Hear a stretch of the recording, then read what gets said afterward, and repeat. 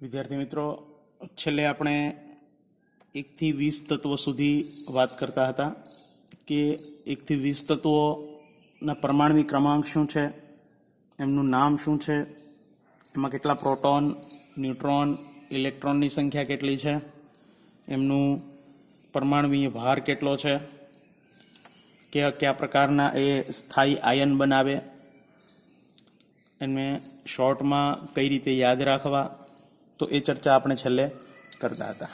જેમાં આપણે 1 થી 10 સુધી તત્વોના નામ અને જે મેં વિગતો જણાવી અને પરમાણ્વીય ક્રમાંક સહિતની બાબતો એ આપણે નોંધી. આજે આપણે 11 થી લઈ અને 20 સુધીના જે તત્વો છે તેમના વિશે આપણે જે આગળના લેક્ચરમાં વાત કરી એવી જ વાત આપણે અહીંયા કરવાની છે.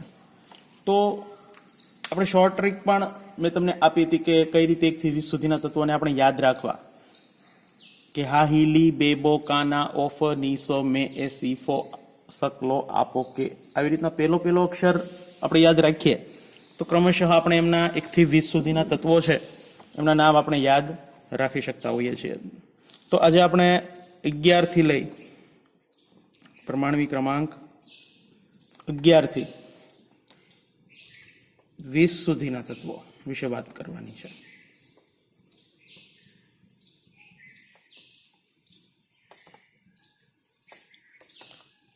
તો 11 નંબરનું તત્વ છે સોડિયમ.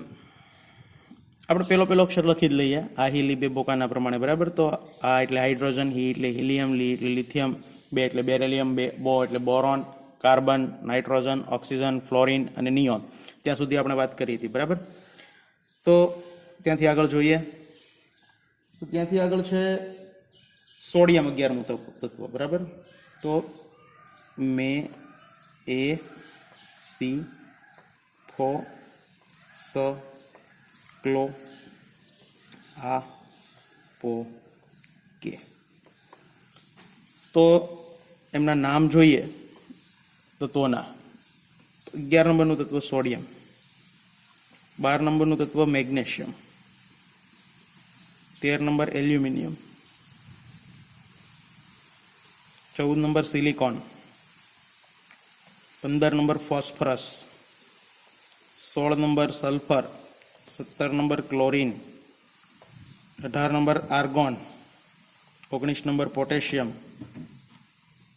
અને 20 નંબર છે કેલ્શિયમ. તો આ 1 થી 20 સુધીના તત્વોના નામ કેવી રીતે યાદ રાખવા એ મેં તમને જણાવ્યું કે એમનો પ્રથમ અક્ષર, બરાબર, જે આપણે વાત કરી એ પ્રમાણે યાદ રાખવાથી આપણે યાદ રાખી શકીએ. ત્યારબાદ એમની સંજ્ઞા વિશે વાત કરીએ તો સોડિયમની સંજ્ઞા છે Na, મેગ્નેશિયમની સંજ્ઞા છે Mg, એલ્યુમિનિયમની સંજ્ઞા Al, સિલિકોનની સંજ્ઞા Si, ફોસ્ફરસની સંજ્ઞા P, સલ્ફરની S, ક્લોરીનની Cl, આર્ગોનની Ar, પોટેશિયમની K અને કેલ્શિયમની Ca.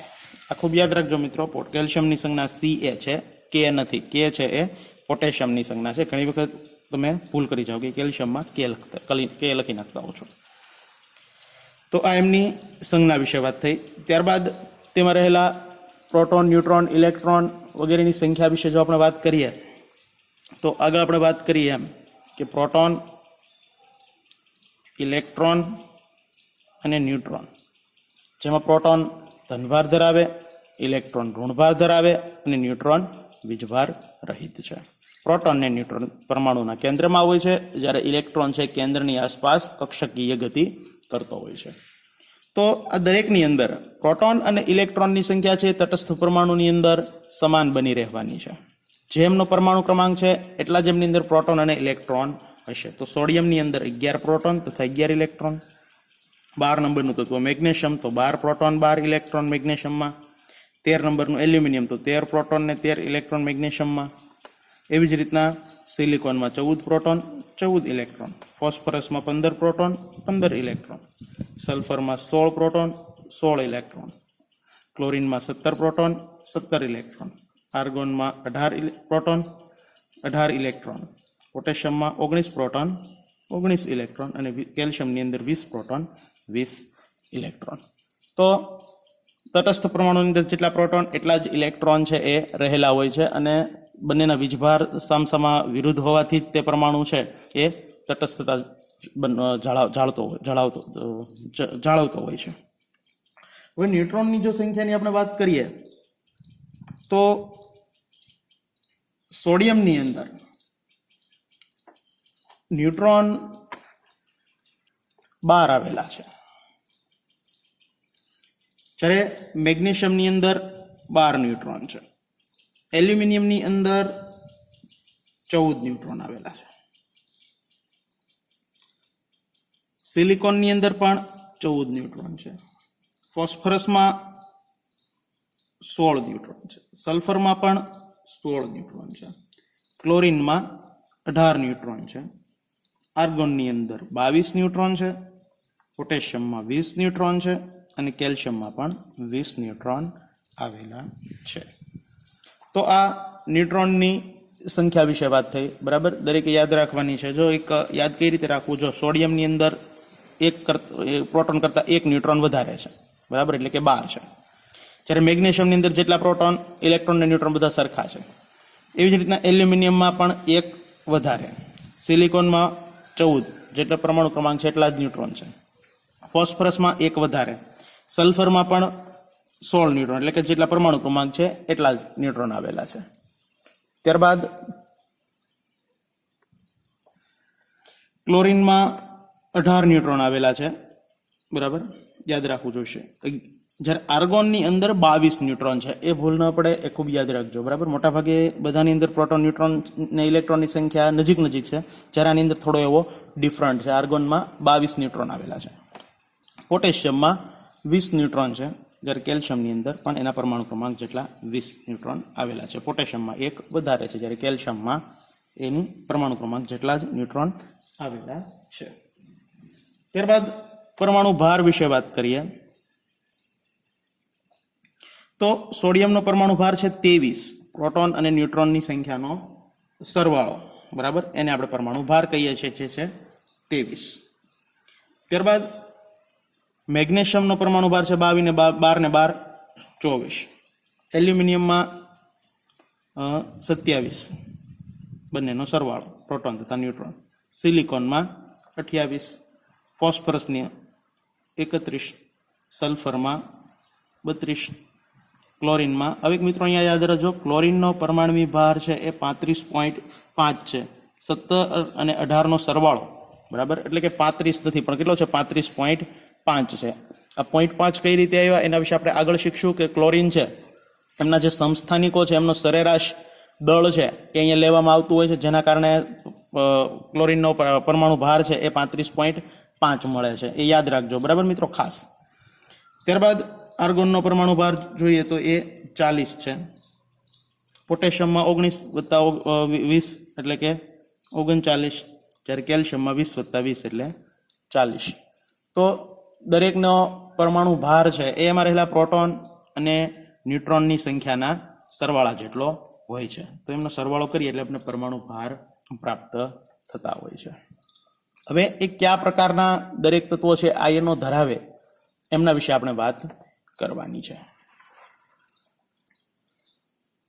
તો આપણે સૌપ્રથમ સોડિયમની વાત કરીએ. સોડિયમ એટલે કે એની સંજ્ઞા છે Na, બરાબર.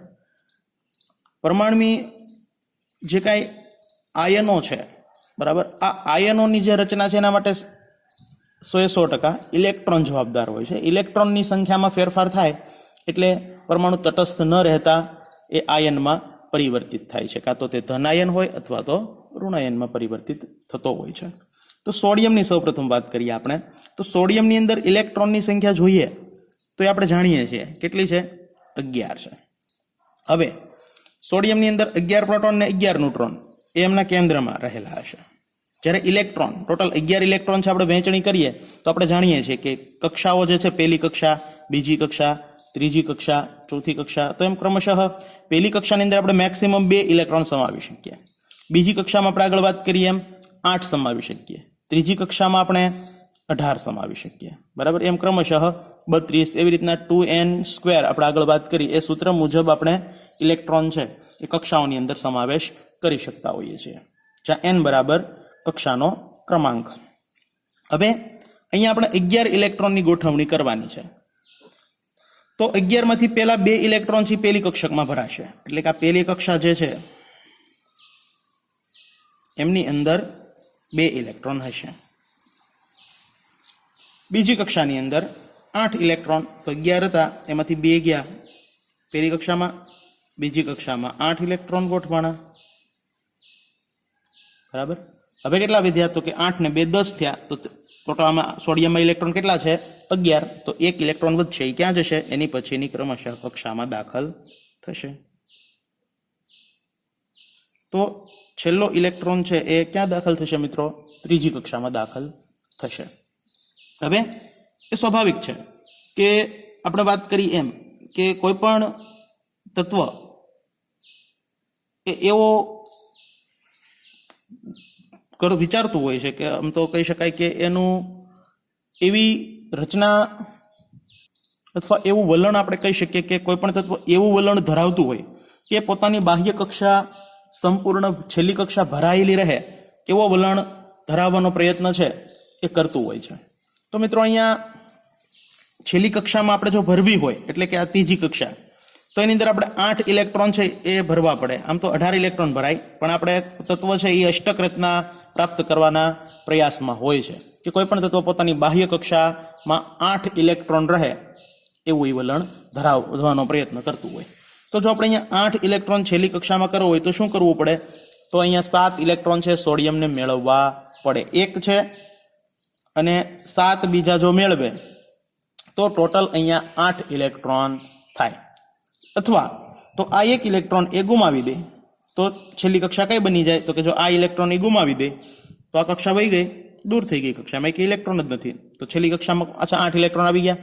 તો સોડિયમ છે કાં તો એ 1 ઇલેક્ટ્રોન ગુમાવવાનો પ્રયત્ન કરે અથવા 7 ઇલેક્ટ્રોન એમને મેળવવા પડે. આ બેમાંથી કોઈ એક ઘટના થાય તો મિત્રો એ અષ્ટક રચના છેલ્લી કક્ષામાં પ્રાપ્ત કરે. તો એને 7 ઇલેક્ટ્રોન મેળવવા મુશ્કેલ પડતા હોય છે, એના કરતાં 1 ઇલેક્ટ્રોન ગુમાવવો એ ખૂબ સરળ રહેતો હોય છે. તો એ છેલ્લો ઇલેક્ટ્રોન છે બાહ્ય કક્ષામાંથી સોડિયમ ગુમાવી દેતું હોય છે. તો અહીંયા આપણે વાત કરીએ એમ કે જો કોઈ તત્વ ઇલેક્ટ્રોન ગુમાવે તો એમની પર કઈ નિશાની મૂકવામાં આવે છે મિત્રો? પ્લસ. બરાબર. અને જેટલા ઇલેક્ટ્રોન ગુમાવે એની સંખ્યા. તો અહીંયા 1 ઇલેક્ટ્રોન ગુમાવ્યો, જો તમે અહીંયા +1 મૂકો તો પણ વાંધો નહીં અને ન મૂકો તો પણ વાંધો નહીં. બરાબર. કેમ કે કંઈ ન હોય એટલે પાછળ શું સમજવાનું છે આપણે? અહીંયા આમ 1 હશે એવું સમજવાનું છે મિત્રો. બરાબર. તો સોડિયમ કયા પ્રકારનો આયન બનાવે છે? બરાબર, જોઈએ. Na+ પ્રકારનો આયન છે એ મિત્રો સોડિયમ બનાવે છે. ત્યારબાદ એમની પછીના તત્વો વિશે વાત કરીએ તો એમની પછીનું તત્વ છે મેગ્નેશિયમ, Mg. બરાબર. તેમની અંદર ઇલેક્ટ્રોનની સંખ્યા કેટલી છે? 12 પ્રોટોન, 12 ન્યુટ્રોન અને 12 ઇલેક્ટ્રોન ધરાવે. તો આ 12 પ્રોટોન અને 12 ન્યુટ્રોન એ એમના પરમાણુ કેન્દ્રની અંદર હોય છે, જ્યારે 12 ઇલેક્ટ્રોન છે એ વહેંચણી પામતા હોય છે. તો 12 માંથી પ્રથમ કક્ષા એમાં 2 ઇલેક્ટ્રોન ગોઠવાય, આપણે વાત કરીએ એમ. બરાબર. એની ઇલેક્ટ્રોન રચના તમે શીખી ગયા કે 2, 8, 2 આવી રીતના ધોરણ 10 ની અંદર 9મા માન 8મા માન આવતી હશે તમારે. બરાબર. તો પહેલી કક્ષામાં 2 ઇલેક્ટ્રોન ગોઠવાય, બીજી કક્ષાની અંદર 8 ઇલેક્ટ્રોન સમાય. 2 ને 8 ગોઠવાઈ ગયા એટલે 12, 10 થયા ટોટલ. હજી 2 ઇલેક્ટ્રોન બાકી. કઈ કક્ષામાં જશે મિત્રો? છેલ્લી કક્ષામાં દાખલ થશે. તો 2 ઇલેક્ટ્રોન છેલ્લી કક્ષામાં દાખલ થાય. હવે આગળ વાત કરીએ એમ કે એ અષ્ટક રચના જો પ્રાપ્ત કરવી હોય મેગ્નેશિયમને તો શું કરવું પડે? કે છેલ્લી કક્ષામાં 2 ઇલેક્ટ્રોન છે તો એને 6 ઇલેક્ટ્રોન મેળવવા પડે તો 8 ઇલેક્ટ્રોન થાય. અથવા 2 ઇલેક્ટ્રોન દૂર કરી દે. બરાબર. જો આ 2 ઇલેક્ટ્રોન દૂર કરી દે તો અહીંયા છેલ્લી કક્ષામાં 8 થઈ જાય ને, આ દૂર થઈ ગયા કે કક્ષા જ તે. તો કાંઈ ને 6 ઇલેક્ટ્રોન મેળવવા પડે કાં 2 ઇલેક્ટ્રોન દૂર કરવા પડે. તો આ દૂર કરવા કરતાં 6 ઇલેક્ટ્રોન મેળવવાને ખૂબ અઘરા પડતા હોય છે, જેના કારણે તે 6 ઇલેક્ટ્રોન મેળવવાનો પ્રયત્ન કરતું નથી, પણ શું કરે છે? 2 ઇલેક્ટ્રોન ગુમાવે છે. તો આ 2 ઇલેક્ટ્રોન ગુમાવી દે એટલે આ કક્ષા સંપૂર્ણ દૂર થઈ ગઈ. બરાબર. અને શું થઈ ગયું? અષ્ટક રચના એને પ્રાપ્ત કરી. તો મેગ્નેશિયમ છે ઇલેક્ટ્રોન ગુમાવે એટલે પ્લસ વીજભાર અને 2 ઇલેક્ટ્રોન ગુમાવે એટલે +2 અથવા 2+. तो મેગ્નેશિયમ क्या પ્રકારનો આયન બનાવશે? +2 પ્રકારનો Mg+2 अथवा 2+ બેમાંથી કોઈ પણ લખી શકો તમે। તો આવી રીતના આ મેગ્નેશિયમ 2 ઇલેક્ટ્રોન સરળતાથી ગુમાવી દેતું હોય છે। તમે આનો પ્રયોગ પણ કર્યો હશે કે મેગ્નેશિયમની પટ્ટી છે ને સળગાવો ત્યારે તે 3 ખારા સાથે સળગી ઉઠે, બરાબર? તો એ એનું રૂપાંતર છે મેગ્નેશિયમમાંથી 2 ઇલેક્ટ્રોન ગુમાવવાના કારણે એ પેલો જે 3 ખારા થતા હોય છે એ તમને થતા જોવા મળતા હોય છે। તો આ મેગ્નેશિયમ વિશે વાત થઈ। ત્યારબાદ એલ્યુમિનિયમની વાત કરીએ।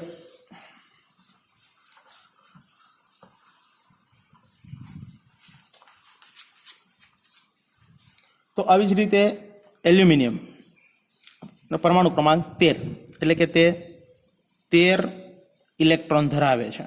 ઉપરાંત 13 પ્રોટોન અને 14 ન્યુટ્રોન ધરાવતું હોય છે। તો આ પ્રોટોન ને ન્યુટ્રોન જે છે એ એમના કેન્દ્રમાં આવેલા હોય છે। આ 13 ઇલેક્ટ્રોનની જો આપણે ગોઠવણી કરીએ તો આપણે જાણીએ છીએ કે પહેલી કક્ષામાં 2 ઇલેક્ટ્રોન સમાય, તો 2 ઇલેક્ટ્રોન અહીંયા ગોઠવ્યા, 13 માંથી 2 ગોઠવાઈ ગયા છે, 11 બાકી રહ્યા। બીજી કક્ષા એની અંદર મેક્સિમમ 8 સમાય, આપણે 8 એ 8 સમાવી દીધા, 8 ને 2 10 રહ્યા, હજી 3 ઇલેક્ટ્રોન બાકી રહ્યા ગોઠવવાના। તો આ 3 ઇલેક્ટ્રોન ક્યાં ગોઠવાશે મિત્રો? ત્રીજી કક્ષામાં દાખલ થાય। તો આવી રીતના પહેલી કક્ષામાં 2, બીજીમાં 8 ને ત્રીજીમાં 3 ઇલેક્ટ્રોન હશે। હવે આ એલ્યુમિનિયમ એને જો અષ્ટક રચના છેલ્લી કક્ષા પૂર્ણ કરવી હોય તો 8 ઇલેક્ટ્રોન કરવા હોય તો એને શું કરવું પડે? કાં તો 5 ઇલેક્ટ્રોન મેળવવા પડે। તો અહીંયા 5 ઇલેક્ટ્રોન મેળવી લે તો અહીંયા 8 થઈ જશે, બરાબર? 3 હતા 5 મેળવે એટલે 8 થાય। અથવા 3 ઇલેક્ટ્રોન ગુમાવવા પડે, બરાબર? તો આ બે પૈકી એ કયું વલણ ધરાવશે? તો કે 5 ઇલેક્ટ્રોન મેળવવા કરતાં 3 ઇલેક્ટ્રોન ગુમાવવાનું જે વલણ છે એ મિત્રો વ્યવસ્થિત એ થઈ શકે છે, કેમ કે છેલ્લી કક્ષામાંથી 3 ઇલેક્ટ્રોન દૂર કરવા સરળ હોય છે, પણ 5 ઇલેક્ટ્રોન દાખલ કરવા ખૂબ મુશ્કેલ હોય છે। તો 5 ઇલેક્ટ્રોન મેળવવા કરતાં એ 3 ઇલેક્ટ્રોન ગુમાવવાનું વલણ ધરાવે છે। તો આ 3 ઇલેક્ટ્રોન છે એ એલ્યુમિનિયમ જો ગુમાવી દે, બરાબર, તો એ સ્થાયી રચના પ્રાપ્ત કરશે, અષ્ટક રચનાવાળી, બરાબર? તો એલ્યુમિનિયમ ગુમાવે છે એટલે પ્લસ અને 3। તો કોઈ પણ તત્વ છે મિત્રો નજીકના એમના નિષ્ક્રિય જે વાયુ છે એમના જેવો બનવાનો પ્રયત્ન એ કરતું હોય છે। તો આ નિયોન જેવી રચના પ્રાપ્ત થઈ, જો 2 ઇલેક્ટ્રોન ને 8 ઇલેક્ટ્રોન એટલે નિયોન જેવી રચના થઈ ગઈ, બરાબર? તો આ એલ્યુમિનિયમ છે કયા પ્રકારનો આયન બનાવશે મિત્રો? Al+3 પ્રકારનો આયન બનાવશે। તો અહીંયા થશે એલ્યુમિનિયમ પર +3 આયન લખીએ આપણે। ત્યારબાદ સિલિકોન,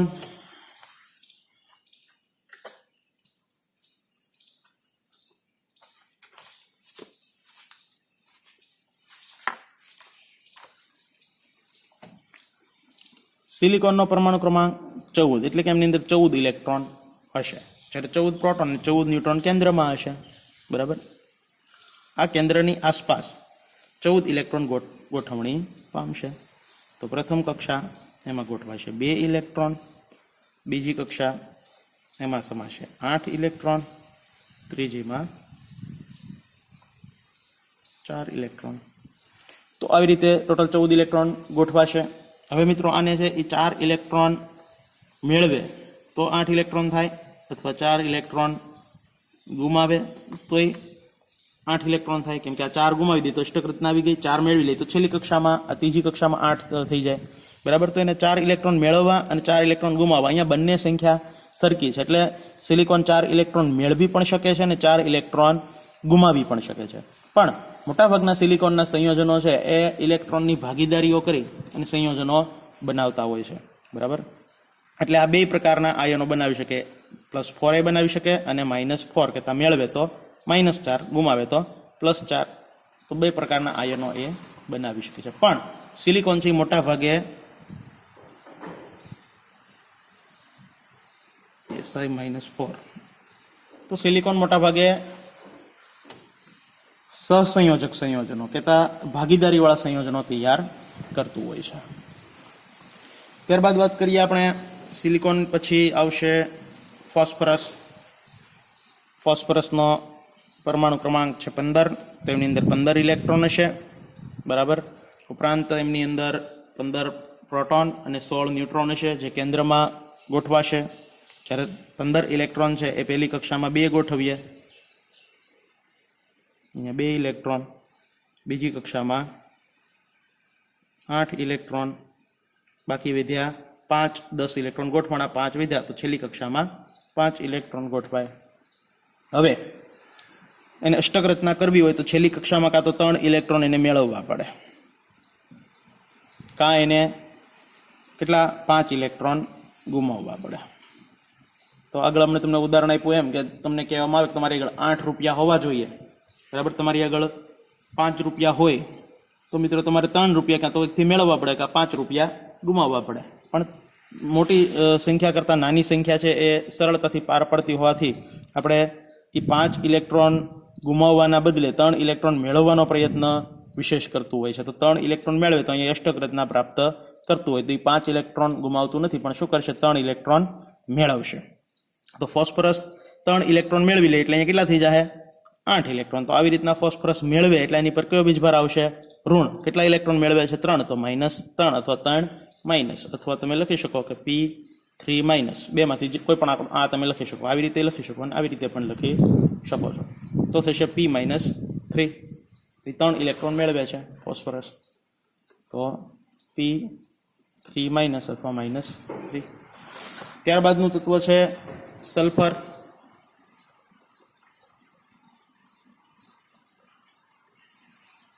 તો મિત્રો સલ્ફર છે એનો પરમાણુ ક્રમાંક 16 ઇલેક્ટ્રોન એ ધરાવે, બરાબર. તો આગળ વાત કરીએ એમ પહેલી કક્ષામાં 2, બીજીમાં 8, ત્રીજીમાં કેટલા થશે 6 ઇલેક્ટ્રોન ગોઠવાશે. તો એને અષ્ટક રચના કરવી હોય તો કાં 6 ઇલેક્ટ્રોન આ ગુમાવવા પડે તો બીજી કક્ષામાં 8 આવી જાય, અથવા શું કરવું પડે 6 ઇલેક્ટ્રોનમાંથી 2 ઇલેક્ટ્રોન મેળવવા પડે. તો જો 2 ઇલેક્ટ્રોન મેળવે તો કેટલા થઈ જાય અહીંયા 6 ને 2 8 થઈ જશે, બરાબર. તો એ અષ્ટક રચના થઈ શકે. અથવા તો શું કરવું પડે 6 ઇલેક્ટ્રોન ગુમાવવા પડે. તો એ 6 ઇલેક્ટ્રોન ગુમાવવા કરતાં શું કરશે 2 ઇલેક્ટ્રોન મેળવશે. તો 2 ઇલેક્ટ્રોન મેળવે એટલે પર -2. તો સલ્ફર કયા પ્રકારનો આયન બનાવશે S-2. આવી જ રીતે ક્લોરીન.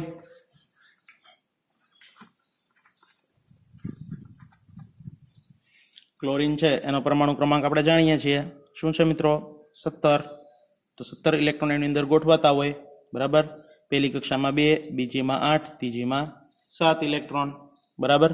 તો અહીંયા 1 ઇલેક્ટ્રોન કાં મેળવે, બરાબર. તો અહીંયા શું થઈ જાય 8, અથવા તો શું કરવું પડે 7 ઇલેક્ટ્રોન ગુમાવવા પડે.